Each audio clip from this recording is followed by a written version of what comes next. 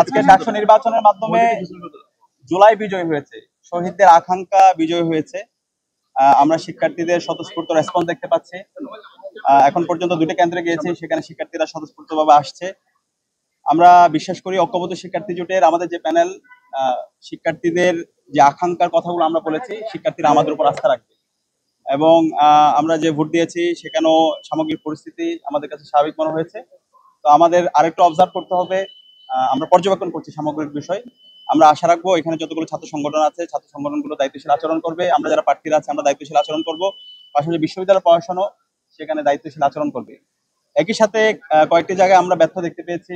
আমরা এখানে আসার পরে দেখতে পেয়েছি একটি ছাত্র সংগঠন তারা হচ্ছে লিফলেট বিতরণ করছে, যেটা 100 মিটারের মধ্যে নিষিদ্ধ, আচরণবিধির মধ্যে বলা আছে। এবং ডেস্ক বসে গেছে। যখন আমরা গতকালকে যোগাযোগ করেছিলাম বলা হয়েছিল কোনো ধরনের ডেস্ক বসানো যাবে না, কিন্তু দেখতে পেয়েছি এখানে ডেস্ক বসানো হয়েছে এবং ভোটারদের মধ্যে স্লিপ দেওয়া হচ্ছে। তো সেটা সম্পূর্ণ আচরণ বিধির ব্যর্থ হয়েছে। আমরা বিশ্ববিদ্যালয় প্রশাসন, নির্বাচন কমিশনকে অনুরোধ করবো এই ধরনের আচরণ বিধি যারা ব্যর্থ ঘটাচ্ছে তাদের বিরুদ্ধে যেন ব্যবস্থা গ্রহণ করে। একই সাথে ভোটারদের উদ্দেশ্য অনুরোধ করবো, বিশ্ববিদ্যালয়ের সকল শিক্ষার্থী ছাত্রছাত্রী ভাই বোনদেরকে অনুরোধ করবো, আপনারা কেন্দ্রে আসেন, আপনাদের পছন্দের প্রার্থীকে ভোট দেন। আমরা সবাই একসাথে কাজ করতে চাই। আমাদের মূল উদ্দেশ্য হচ্ছে স্বপ্নের ক্যাম্পাস বিনির্মাণ করতে চাই।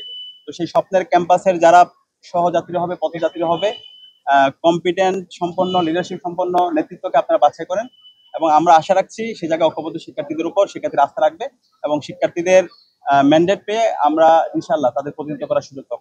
এটা হচ্ছে ইতিমধ্যে আপনারা একটু হাঁটলে দেখতে পাবেন, আমরা সকালেই দেখতে পেয়েছি। আমরা আপনারা বিশ্ববিদ্যালয় প্রশাসনকে আমরা জানিয়েছি। আমরা দেখতে পেয়েছি ছাত্র দলের আমাদের কিছু বন্ধুরা তারা এখানে লিফলেট বিতরণ করছে এবং একই সাথে যে ডেস্ক গুলো, সেই ডেস্ক গুলো যেটা হচ্ছে আচরণবিধি লঙ্ঘন বলে আমাদের কাছে মনে হয়েছে এবং সেটা বিশ্ববিদ্যালয় প্রশাসনকে আমরা জানিয়েছি। আমরা শিক্ষার্থীদের স্বতঃস্ফূর্ত রেসপন্স দেখতে পাচ্ছি। শিক্ষার্থীরা আমরা ক্যাম্পেইন করার শুরুর পর থেকে শিক্ষার্থীরা স্বতঃস্ফূর্তভাবে আমাদের কথাগুলো শুনছিল। আমরা আশা রাখছি শিক্ষার্থীরা আমাদের উপর আস্থা রাখবেন ইনশাল্লাহ। এবং শিক্ষার্থীদের ম্যান্ডেট পেয়ে যখন আমরা তাদের প্রতিনিধিত্ব করার সুযোগ পাবো, শিক্ষার্থীর আকাঙ্ক্ষার কথাগুলো আমরা বলবো এবং আমাদের স্বপ্নের ক্যাম্পাস বিনির্মাণে আমরা সবাই একসাথে কাজ করবো। আমরা পর্যবেক্ষণ করছি পরিস্থিতি, যেহেতু এখন সকাল শুরু হয়েছে। আমরা আশা রাখছি এখানে সকল ছাত্র সংগঠন, সকল ক্যান্ডিডেটরা দায়িত্বশীল আচরণ করবে, নির্বাচন কমিশন দায়িত্বশীল আচরণ করবে। আমরা সর্বশেষ পর্যন্ত দেখতে চাই, আমরা সর্বশেষ পর্যন্ত সবাইকে দায়িত্বশীল আচরণ করার জন্য অনুরোধ। আমরা অব্যাহত আমাদের আইডি গুলোতে রিপোর্ট এবং হচ্ছে আমাদের আইডি গুলো বারবার লগ আউট হয়ে যাওয়ার কারণে আমরা, বিশেষ করে আমার আইডিটা আমি ডিঅ্যাক্টিভেট করেছিলাম। আমি অলরেডি গতকালকে সাংবাদিকদের কাছে পরিষ্কার করেছি এবং আমাদের 3 জনের অলরেডি আইডি ডিসেবল হয়ে গেছে। আমাদের যিনি প্রকাশনা সম্পাদক পদে দাঁড়িয়েছেন সাজ্জাদ হোসেন খান, এখন পর্যন্ত আমরা আইডি উদ্ধার করতে পারিনি। তো সেখানে সেফটি কারণে আমি কিছু সময় আমার আইডিটা ডিঅ্যাক্টিভেট রেখেছিলাম, এটা আমি গতকালকে জানিয়েছি। তো আমরা আশা রাখবো আমরা সুস্থ ধারা রাজনীতি করব।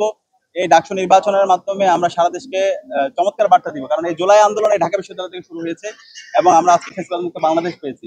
সুতরাং এই ঢাকা বিশ্ববিদ্যালয়ে আমাদের সবাইকে একসাথে কাজ করে গণতন্ত্রের একটা চমৎকার নজির স্থাপন করা দরকার এবং এর মাধ্যমে আমাদের বাংলাদেশকে আমরা গণতন্ত্রের একটা স্থায়ী রূপে একটা ম্যাচিউর পজিশন আমরা যাবো বলে আশা করছি। তো সে জায়গায় সকল প্রার্থী, সকল ভোটার এবং নির্বাচন কমিশন সবাইকে আমাদের দায়িত্ব আচরণ করতে হবে এবং আমরা আশা রাখছি সেই যাত্রায় আমরা একসাথে কাজ করবো।